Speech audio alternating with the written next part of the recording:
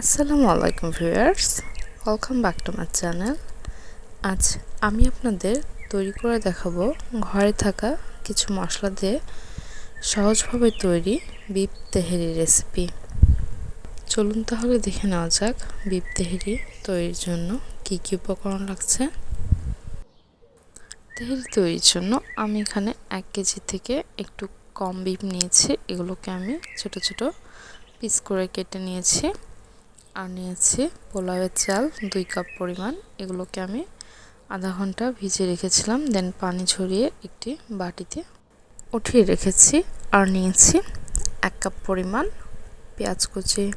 এখানে আমি 8 থেকে 10টি কাঁচামরিচ নিয়েছি। আর হাফ কাপ পরিমাণ টক দই নিয়েছি।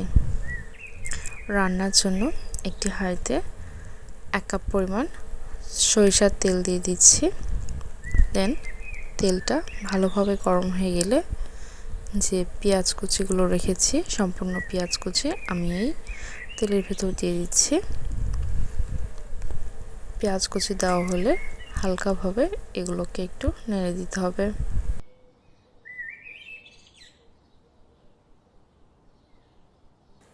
এগুলো হালকা ভাজা হয়ে গেলে এর ভেতর আমি একে একে অ্যাড করে দিচ্ছি 3 টেবিল স্পুন আদা রসুন বাটা। আদা রসুন বাটা দেওয়া হয়ে গেলে এগুলোকে আবারও ভালোভাবে নেড়ে দিতে হবে।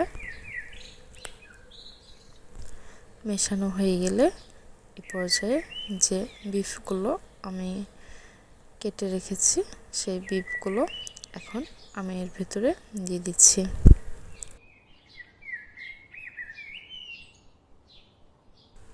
বিফ দেওয়া হয়ে গেলে এগুলোকে আমি মশলার সাথে মিশিয়ে নিচ্ছি।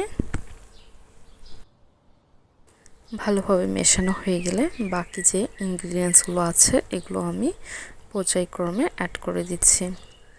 এর ভেতর এখন দিয়ে দিচ্ছি 5 থেকে 6টি কাঁচামরিচ। এগুলোকে আমি মাঝখান থেকে ভেঙে নিয়েছি। আর দিয়ে দিচ্ছি স্বাদমতো লবণ।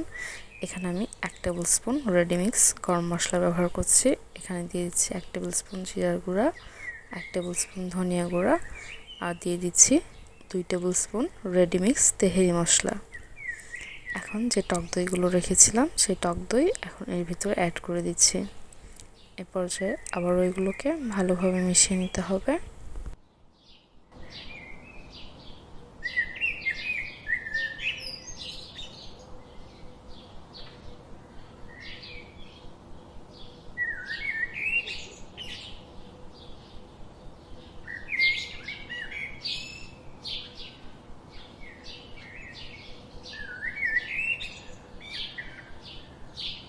মাংসগুলো ভালোভাবে মশলার সাথে কষানো হয়ে গেলে আমি এই পর্যায়ে মাংস সেদ্ধর জন্য পানি অ্যাড করে দিচ্ছি পরিমাণ মতো। আবার এগুলোকে ভালোভাবে মিশিয়ে নিচ্ছি। এ পর্যায়ে একটি ঢাকনা দিয়ে ঢেকে আমি 10 থেকে 15 মিনিট এগুলোকে মিডিয়াম টেম্পারেচারে কুক করে নিয়েছি। দেন ঢাকনা উঠিয়ে আবারও এগুলোকে নেড়ে দিতে হবে। এগুলোকে আমি উপরে তেল ভাসে ওঠানো পর্যন্ত কন্টিনিউ নাড়তে থাকবো। যখন এরকম উপরে তেল ভেসে উঠবে সে পর্যায়ে আমি মাংসগুলোকে একটি বাটিতে উঠিয়ে নিচ্ছি।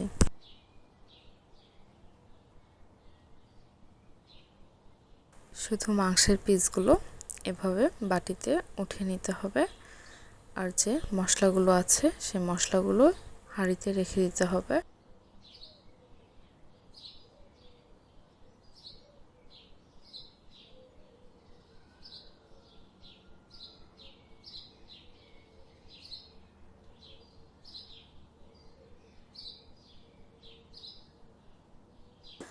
আমি সবগুলো মাংস এভাবে একটি বাটিতে উঠিয়ে নিয়েছি। এখন যে তেল আর মশলাগুলো আছে এই মশলার ভিতরে আমি যে চালটা পানি ঝরিয়ে রেখেছিলাম সেই চালটা এখন এর ভিতরে অ্যাড করে দিচ্ছি। চাল দেওয়া হয়ে গেলে এগুলোকে কন্টিনিউ নেড়ে চেড়ে মশলার সাথে ভেজে নিতে হবে। চালগুলোকে আমি মিডিয়াম টেম্পারেচারে 8 থেকে 10 মিনিট ধরে এভাবে ভেজে নিয়েছি।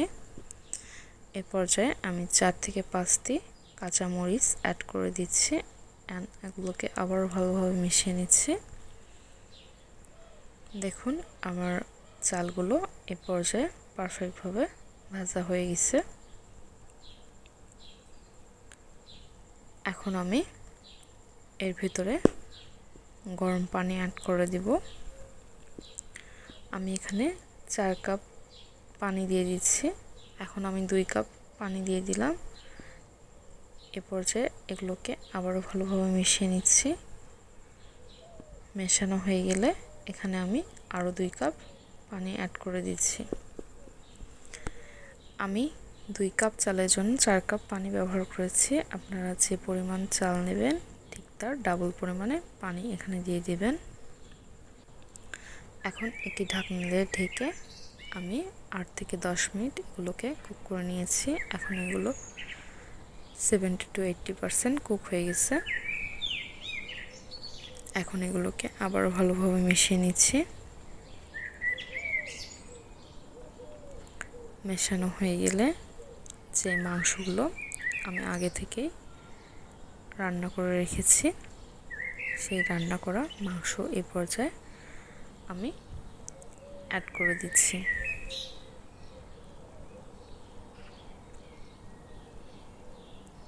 মাংস দেওয়া হয়ে গেলে এগুলোকে আবারও ভালোভাবে উল্টিয়ে পাল্টিয়ে মিশিয়ে নিতে হবে। এ পর্যায়ে আমি চুলার টেম্পারেচার একদম লো করে দিয়ে দিয়েছি।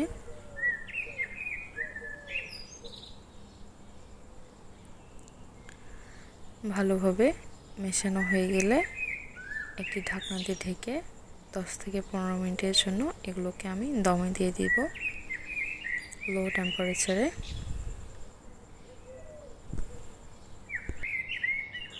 10 মিনিট পর আমার তেহারিগুলো এখন হয়ে গেছে।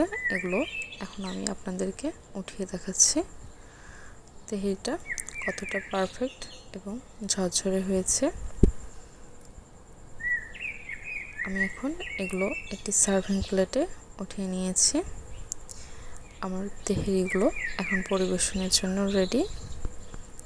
গরম গরম পরিবেশন করুন। দারুণ স্বাদের এই তেহারি রেসিপি। আমার রেসিপিটি যদি আপনাদের ভালো লাগে থাকে তাহলে আর যারা এখনও আমার চ্যানেলটি সাবস্ক্রাইব করেননি এই চ্যানেলটি সাবস্ক্রাইব করুন এবং এই চ্যানেলের সাথেই থাকুন।